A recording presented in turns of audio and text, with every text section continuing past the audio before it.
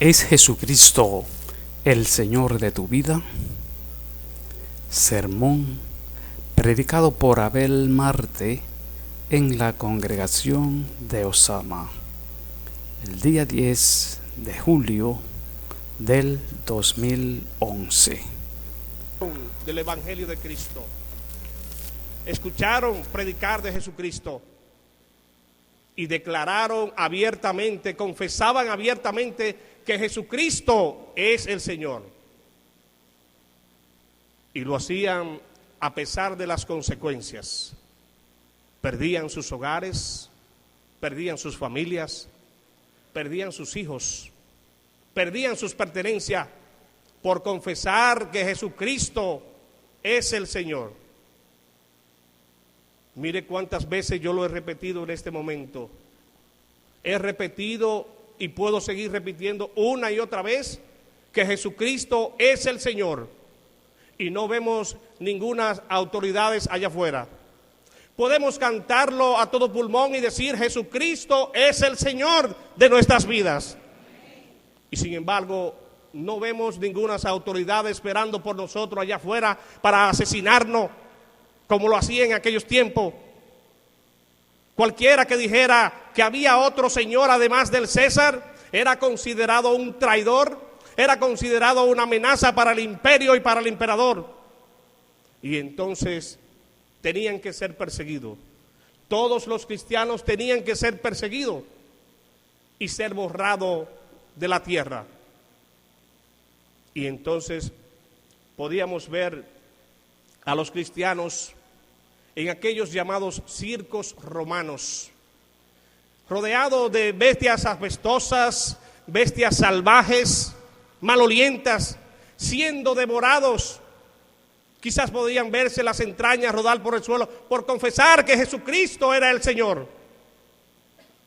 Posiblemente se escuchaban sus gritos llenos de dolor, confesando que Jesucristo es el Señor de su vida, en medio de la hoguera mientras su cuerpo era devorado por el fuego. Mi estimado hermano, mi estimado amigo, eso implicaba decir que Jesucristo era el Señor. Eso implicaba en ese tiempo confesar a Jesucristo como su Señor, como el Salvador de su vida. Así que cuando nosotros como cristianos confesamos que Jesucristo es el Señor en nuestro tiempo, tenemos que saber lo que estamos diciendo, tenemos que entender lo que estamos diciendo en este tiempo, tenemos que entender lo que implica esa expresión, esa palabra, esa frase, esa verdad en nuestra vida. Tenemos que entender el impacto que tiene que tener esa palabra. Jesucristo es el Señor. Las iglesias están llenas de gentes religiosas, muchas gentes religiosas, gente que fácilmente dice Jesucristo es el Señor.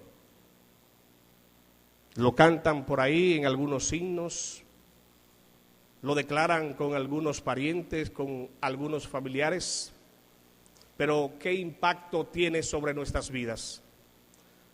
¿Qué significa que yo reconozca en este tiempo que Jesucristo es el Señor?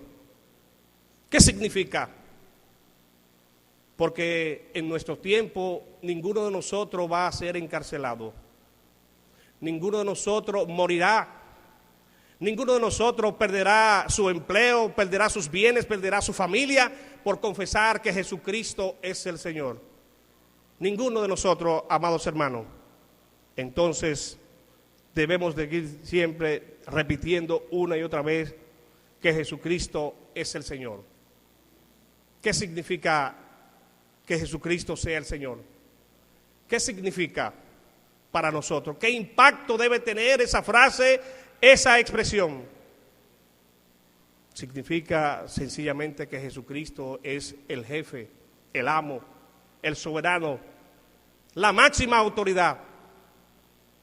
Pero entonces yo les pregunto, ¿es Jesucristo realmente el Señor de nuestras vidas?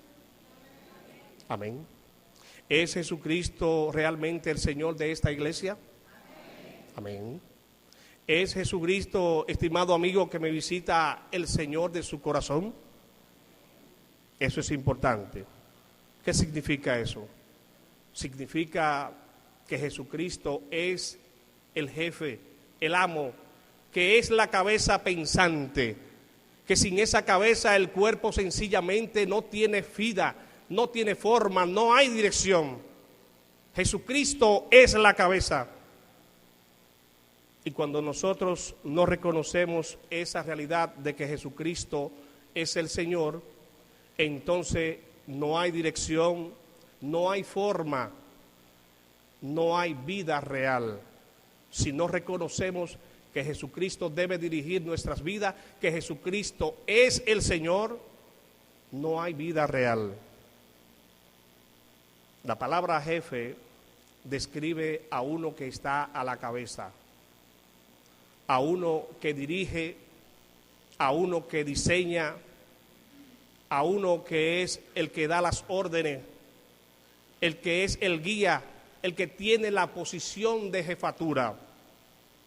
Si me acompañan por favor con sus Biblias, vamos a darle lectura a Efesios en su capítulo 1.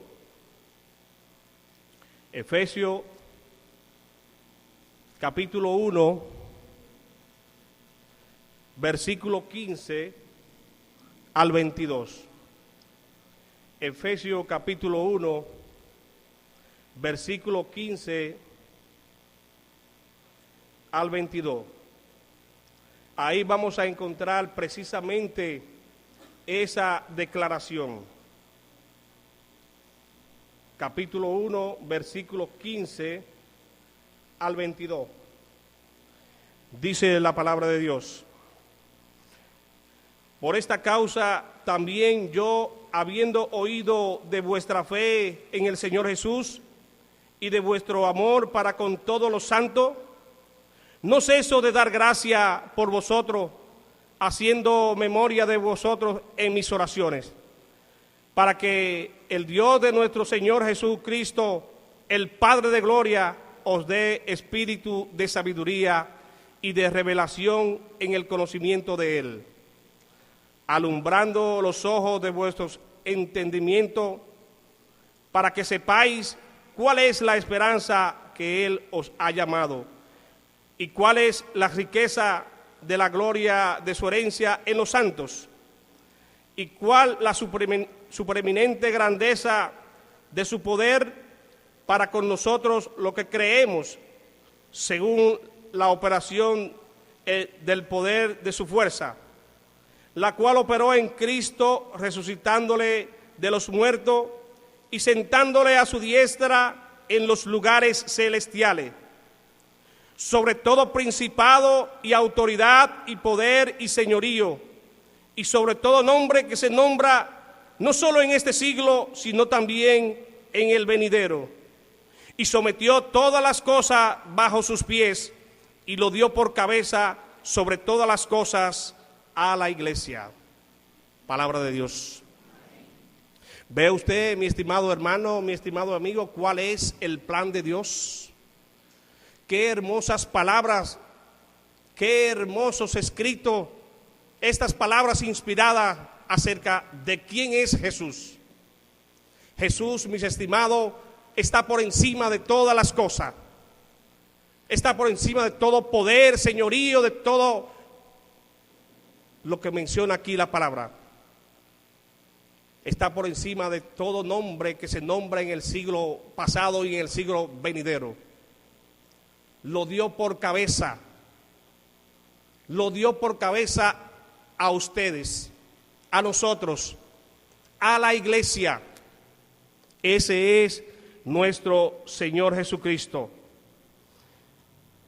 Él es la cabeza, mi estimado hermano, la máxima autoridad. Cuando decimos que Jesucristo es la cabeza, a veces nos preguntamos, ¿dónde?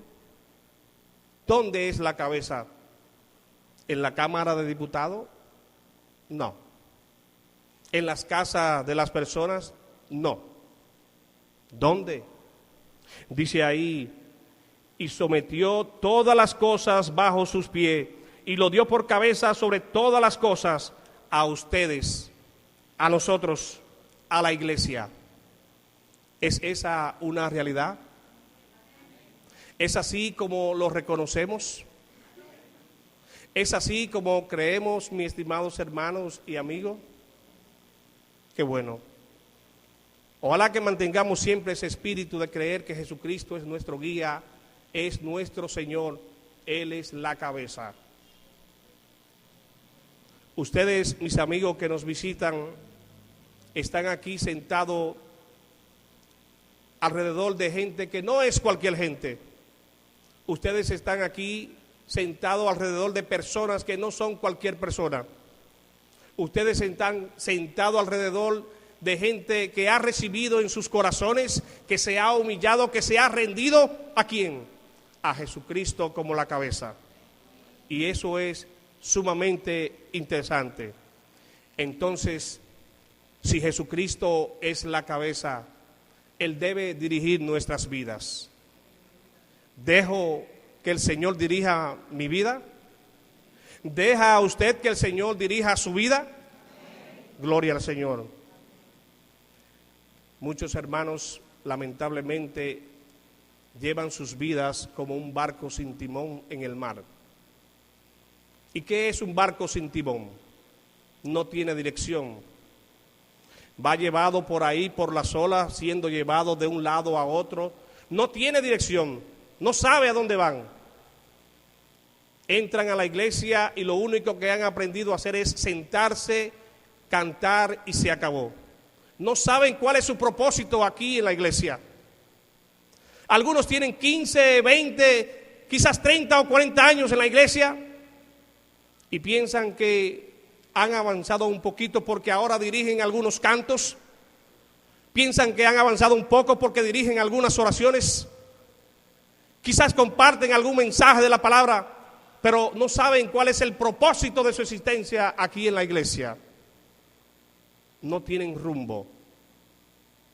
No dejan que el Señor dirija sus vidas. Algunos que otros muchas veces están en una situación peor, porque en lugar de someterse al señorío de Cristo, muchas veces lo que son es un estorbo para el crecimiento y para el avance de la iglesia. Por eso tenemos que preguntarnos, seguir haciendo la pregunta, y debemos hacerla con toda sinceridad, con toda franqueza, porque si no lo hacemos, amados hermanos, la verdad no puede ser cambiada, no puede ser cambiada. ¿Dejo que el Señor dirija mi vida? ¿Realmente lo tomamos en cuenta para las decisiones que tomamos como iglesia? ¿Realmente lo tomamos en cuenta para nuestra forma de vivir, para nuestra forma de pensar, para nuestra conducta? ¿Realmente lo tomamos en cuenta? ¿Cuántos lo toman en cuenta? Amén, gloria al Señor. Mis hermanos, si no dejamos que Cristo dirija nuestras vidas, es ir por el camino equivocado. Es como no tener cabeza. Hay un conflicto en ese cuerpo. Hay un problema. Cuando Cristo no es la cabeza, hay un problema en ese cuerpo. Algunas veces, algunos nos preguntan y nos dicen, hermano, ¿y por qué sucede este problema en la iglesia? ¿Y por qué sucede esto? ¿Y por qué sigue sucediendo esto? La respuesta es simple y sencilla.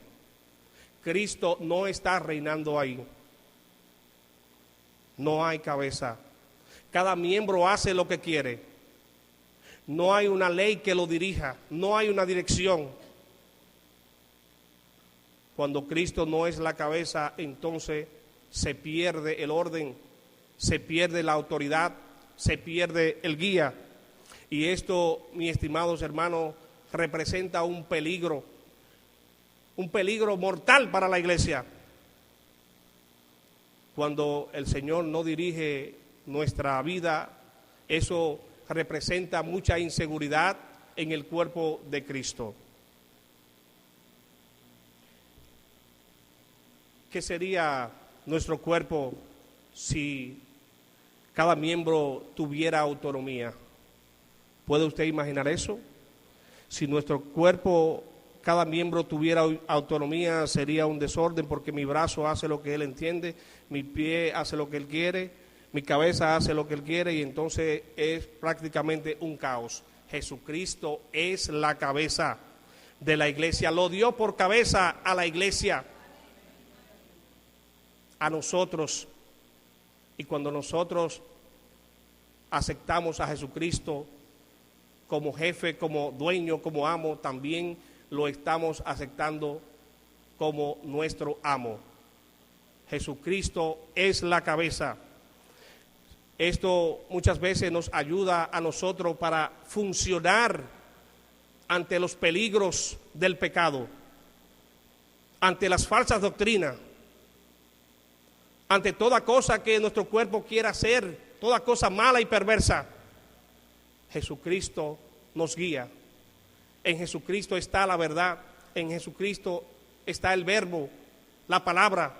Él es quien nos guía por caminos senderos, por caminos buenos, por caminos de bondad, por caminos de felicidad.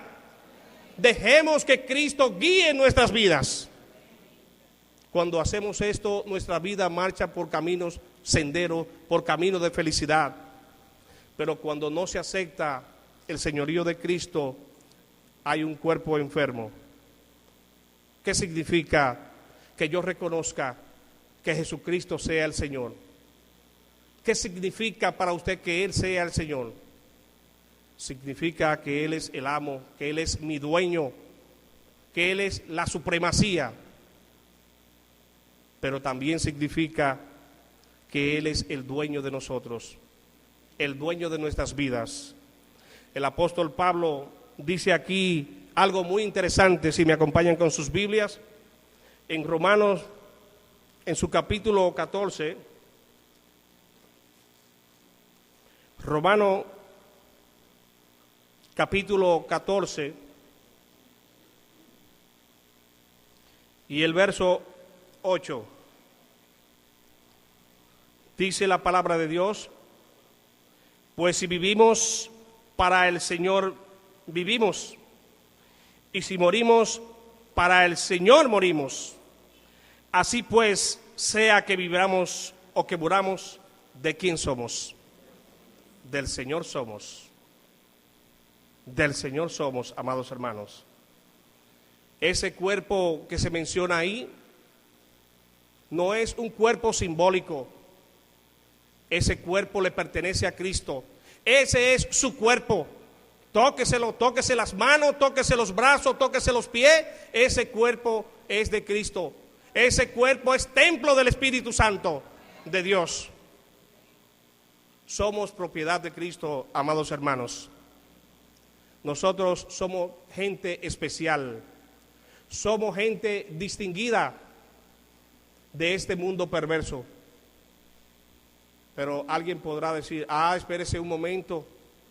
Yo en este mundo no soy nadie, yo soy un don nadie, yo no tengo título universitario, yo no soy reconocido por nadie, no tengo ninguna formación. De hecho, antes de entrar a la iglesia, me pasaba la vida por ahí pidiendo limosna. No soy reconocido por nadie. Pero ahora en Cristo Jesús usted es alguien. Usted en Cristo Jesús ha sido elevado de su dignidad a su máxima expresión de cuando Dios lo creó.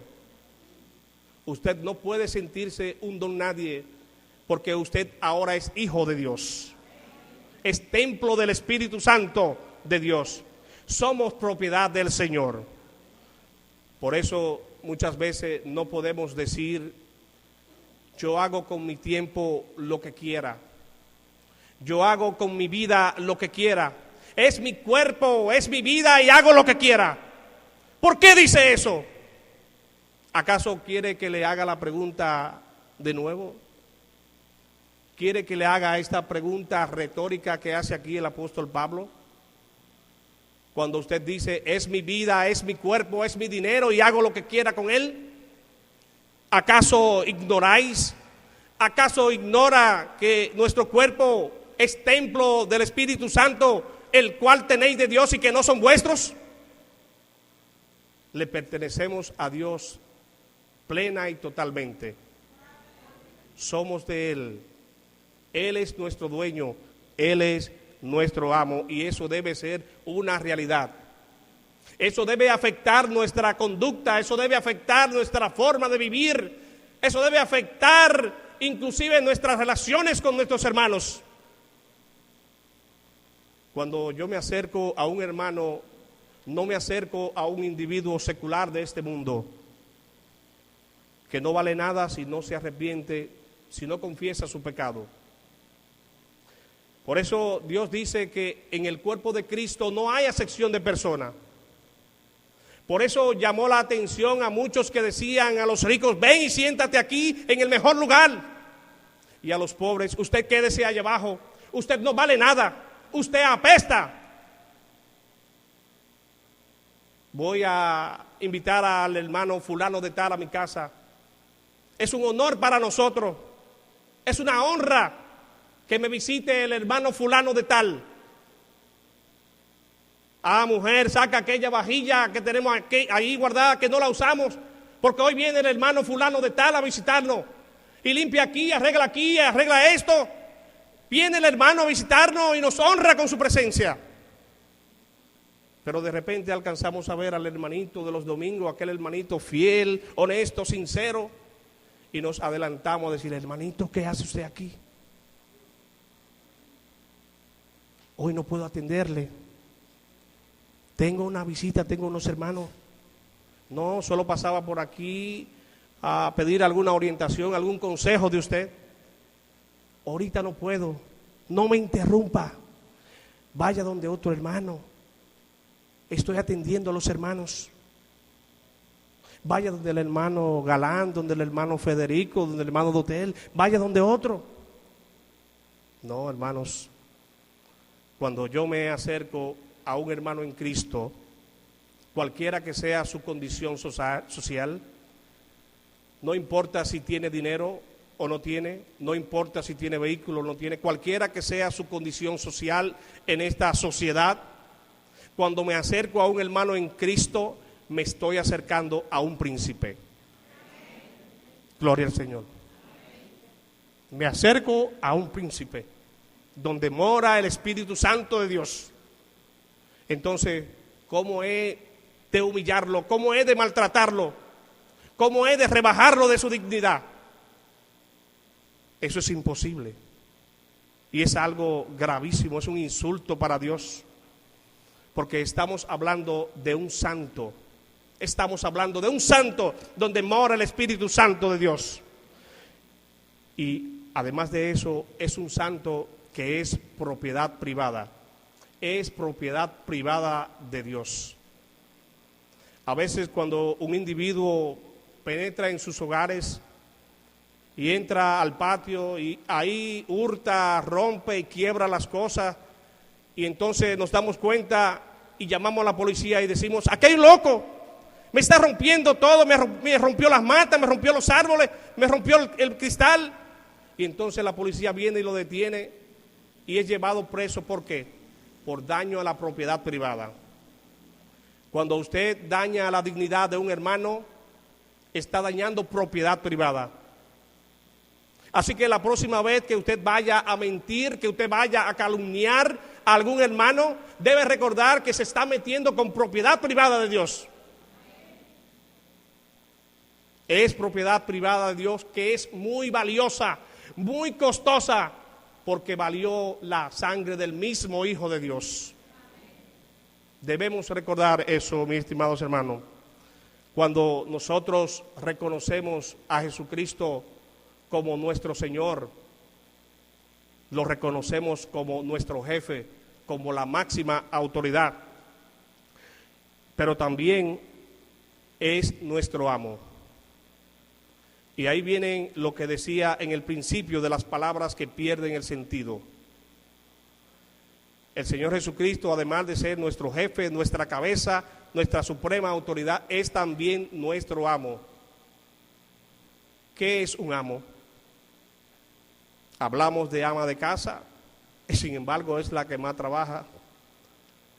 Yo aquí limpio, cocino, suapeo, friego, lavo, atiendo a los niños. Usted más bien es la sierva aquí en la casa. Usted es la que sirve aquí.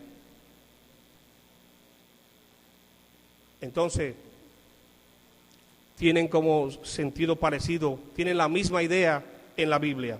La palabra amo en la Biblia se hace acompañar siempre de una palabra que es inseparable de ella. Siempre van unidas. Cuando hablamos de amo, implica necesariamente un esclavo. Amo, esclavo. Son dos términos en la Biblia que siempre van unidos. En la antigüedad la gente era vendida como hoy en día venden los autos en las tiendas, como hoy en día venden los artículos, venden las ropas.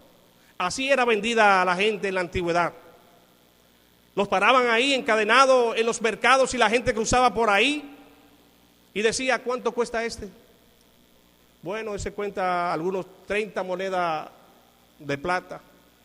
¿Y el más pequeño cuánto vale? Bueno, dame 20 por ese. Y aquel musculoso fuerte, bueno, ese vale oro. Ese vale oro.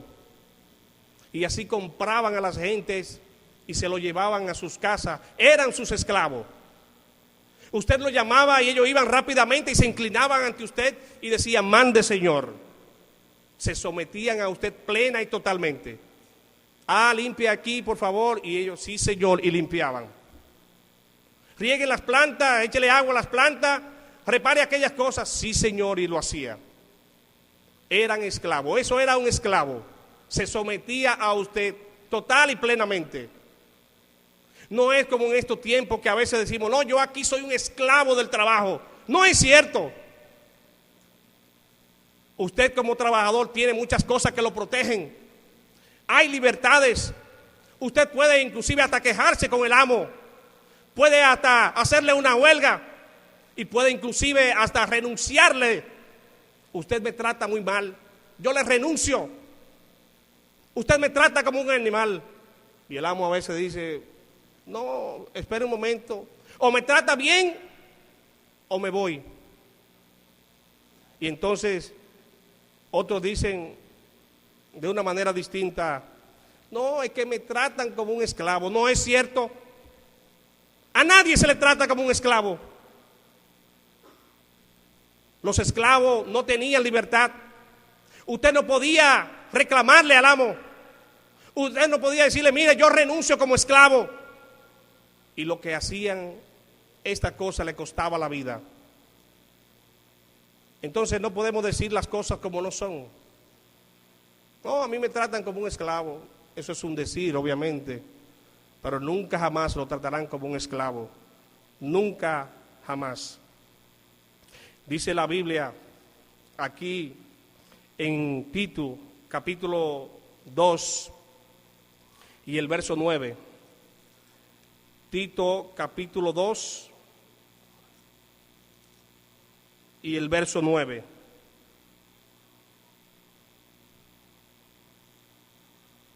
Amados hermanos, Jesucristo es nuestro amo.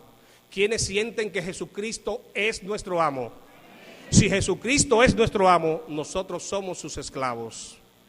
Nos debemos a Él, plena y totalmente. Dice la palabra de Dios, exhorta a los siervos a que se sujeten a sus amos, que lo agraden en todo, que no sean respondones, no defraudando, sino mostrándose fieles en todos. Fíjense, amados hermanos, había hermanos creyentes, hermanos como nosotros, que eran esclavos y que conocían del Evangelio, conocían. Y mire lo que el apóstol Pablo le dice aquí. Pablo le manda a ellos, exhorto a los siervos, a los esclavos, en otra palabra, a que se sujeten. Vea usted la palabra, vaya viendo los verbos que acompañan a un esclavo. Sujeción, obediencia, son palabras que siempre van acompañadas de un esclavo que es esclavo de Jesucristo. Debemos sujetarnos a Jesucristo, que es la cabeza. El esclavo y la sujeción están pegadas, son inseparables. Exhorto a los siervos a que se sujeten a sus amos, que agraden en todo, que busquen en todo agradar a sus amos, que no sean respondones. No, pero espérese, que no sean respondones, le mando. Ahí lo dice, que no sean respondones, dice aquí la palabra de Dios, sino mostrándose fieles en todo. Vean ustedes cuáles son los verbos que siguen acompañando a un esclavo. Y es precisamente esa clase de verbos, esa clase de palabra que deben acompañarnos a nosotros como esclavos de Cristo. Él es nuestro amo. Entonces, la palabra sujeción y obediencia son cosas que deben caracterizar la vida de un cristiano. La palabra sujeción y obediencia deben acompañarnos siempre a nosotros, estar dispuesto a servir a Cristo, estar dispuesto a obedecer a Cristo. Deben ir juntas todo el tiempo esas dos palabras. Acompañan siempre al esclavo. Dice Romano en su capítulo 1, si me acompañan por favor, capítulo 1 y el verso 1. Pablo escribiendo aquí nueva vez, mire lo que dice Pablo ahí. Cortito, dice ahí Pablo. Pablo, siervo de Jesucristo. ¿Qué cosa? ¿Qué acabo de leer ahí? Pablo, siervo de Jesucristo, esclavo de Jesucristo, en otra palabra. Jesucristo es nuestro amo, nosotros sus esclavos. Pablo está diciendo aquí que él es un siervo, un servidor, un esclavo de Jesucristo, como aquellos que eran vendidos, como aquellos que se sometían a sus amos.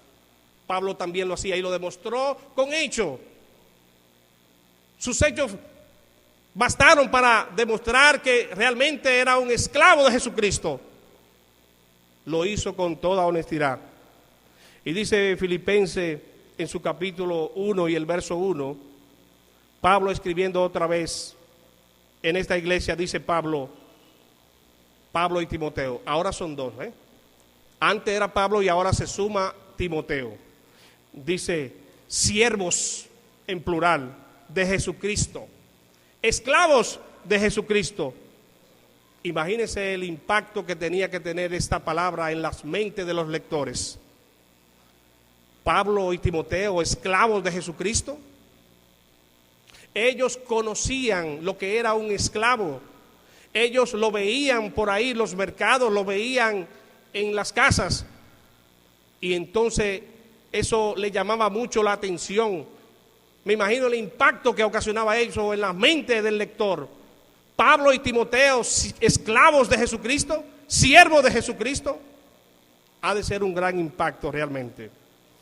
Y primera de Pedro, en su capítulo 2 y el verso 16, el apóstol Pedro nos dice también esta misma declaración, esta misma realidad. Primera de Pedro, capítulo 2 y el verso 16. Dice ahí la palabra de Dios: como libre, pero no como los que tienen libertad como pretexto para hacer lo malo, sino como ¿qué cosa? Como siervos, como esclavos. Somos esclavos de Dios. ¿Qué somos? Somos esclavos, somos siervos de Dios. Eso es lo que somos. Cuando nosotros aceptamos al Señor Jesucristo como nuestro amo, como nuestro Señor, entonces, ¿cuál debe ser nuestra conducta hacia Él? ¿Cuál debe ser nuestra actitud hacia Él? Si Jesucristo es nuestro amo, nosotros somos sus esclavos. Es triste muchas veces ver a muchos hermanos cuando se les llama la atención, cuando se les corrige, cuando se les reprende, cuando se les dice, hermano, tu conducta, tu actitud, tu forma de ser, tu forma de actuar no es congruente con lo que dice la palabra de Dios. ¿Y qué hace el hermano? Responde. Pablo dice aquí, someteos a sus amos, no sean respondones. Tu conducta, tu actitud no es congruente con la palabra de Dios. Y el hermano responde, el hermano replica, el hermano se molesta. No, pero ¿qué le pasa a usted? Eso era en aquellos tiempos. Estamos en la era moderna. ¿Qué le pasa a usted? A veces a las hermanas se le dice: hermana, usted debe sujetarse a su marido. ¿Sujetarme? ¿Qué está diciendo? ¿Qué le pasa a usted? ¿En qué tiempo vive? ¿En qué era vive? ¿Cómo me dice a mí que me sujete a mi marido? Eso era en aquellos tiempos donde la mujer era tratada como esclava, que era traída aquí, la trataban como esclava. ¿Qué le pasa a usted? ¿En qué época está viviendo? ¿Cómo se atreve a decirme a mí desde el púlpito que me sujete a mi marido y mucho menos a este? ¿Qué le pasa? Y responden, replican, no se someten. Además de todo me dicen cómo debo vestirme, cómo debo peinarme. ¿Qué le pasa, amigo? ¿Qué le pasa? ¿Dónde tiene los pies? ¿En qué lugar está parado? Eso era en aquella época. Entonces no nos sometemos. ¿Son siervos de Cristo? ¿Son esclavos de Cristo? No. Cuando uno no se somete al señorío de Cristo, cuando no reconocemos a Jesucristo, cuando no nos sometemos a la voluntad de Cristo, no somos sus esclavos, no somos sus servidores. Entonces, Jesucristo tampoco será su Salvador. Si usted no se somete a su señorío, tampoco será su Salvador. Pero entonces, cuando uno le pregunta a esa hermana: ¿puede mostrarme usted algún texto bíblico sobre su libertinaje? ¿Puede mostrármelo? ¿Dónde dice la Biblia que usted puede actuar de tal o cual manera? No existe. No son esclavos realmente de Cristo, no lo son. Entonces, cuando un hermano no quiere someterse a la voluntad de Cristo, a la voluntad de Dios, entonces Cristo no es su Señor, Cristo no es su Salvador. No, usted que no es cristiano, posiblemente dice: por eso es que yo no soy cristiano. Usted, en otras palabras, está diciendo: por eso yo no quiero ser propiedad de Cristo. Yo hago con mi vida lo que quiera, yo hago con mi tiempo lo que quiera, yo no necesito que me controlen, no quiero que me controlen. Y usted piensa erróneamente que está tomando un camino correcto. Piensa que esa decisión que está tomando es la mejor decisión, cuando lo que está haciendo es tomando la decisión más fatal de su vida. Porque Jesucristo nos conduce por camino de paz, por camino de bondad, por camino de bienaventuranza, por camino de felicidad. Y usted piensa que la decisión que está tomando es la correcta. ¿Es Jesucristo el Señor de su vida? ¿Deja que el Señor dirija su vida? ¿Su actitud la hace conforme a lo que establece Cristo? Hermanos, meditemos en esta pregunta que hemos traído como tema. Jesucristo debe dirigir nuestras vidas. Muchas veces nuestra vida no camina bien precisamente porque Cristo no la dirige. Nosotros no dejamos que Cristo dirija nuestra vida. Y entonces estamos siendo llevados por camino pedregoso, por caminos viles, que al final serán caminos de muerte y de perdición eterna. Dice la palabra: hay caminos que al hombre le parecen correctos, pero su fin es camino de muerte. Cristo es el camino, Él es el guía, Él es la dirección. Pero cuando Cristo, nuestro Señor, no es la cabeza, entonces nuestra vida no tiene dirección. Jesucristo siempre está dispuesto a servirle. Jesucristo siempre está dispuesto a hacer de usted un buen cristiano. Déjese llevar de Cristo, haga la voluntad. Jesucristo que usted quiere que usted en esta mañana lo acepte como su Salvador. Él quiere guiarlo por el camino de la verdad. Él quiere darle lo que nos ha dado a todos los cristianos: dicha, bondad, felicidad. Él nos libera del pecado, perdona nuestros pecados. Él nos salva de la condenación eterna, estimado hermano. Así que, ¿habrá alguien esta mañana que quiera confesar a Jesucristo como su Salvador? ¿Habrá alguien que quiera hacer la voluntad de Cristo en esta mañana? y no la voluntad que Él tiene? ¿Habrá alguien que quiera someterse al señorío de Cristo? Usted tiene una hermosa oportunidad en esta mañana de reconocer a Jesucristo como su Salvador y obtendrá todas las bendiciones que tenemos nosotros como cristianos. Obtendrá la esperanza de la vida eterna si se somete a su señorío. Él no está allá arriba sentado en una nube esperando a que usted se someta con su vara de hierro. Él ya hizo el trabajo difícil. Él ya fue abofeteado, fue crucificado, fue maltratado. Él ya hizo el trabajo duro. Le toca a usted ahora reconocerlo como su Señor. Si usted quiere aceptar a Jesucristo en esta mañana, hoy tiene usted una hermosa oportunidad. Mientras el hermano canta un himno de invitación, usted puede pasar adelante y decir: yo quiero aceptar a Jesucristo como su Salvador. Quiero que el Señor me dirija. Quiero que Él me bendiga con todas las promesas. Dios les bendiga. Fueron las palabras del hermano Abel Marte bajo el tema ¿Es Jesucristo el Señor de tu vida? Que la paz de Dios sea en cada uno de ustedes en este día. Amén.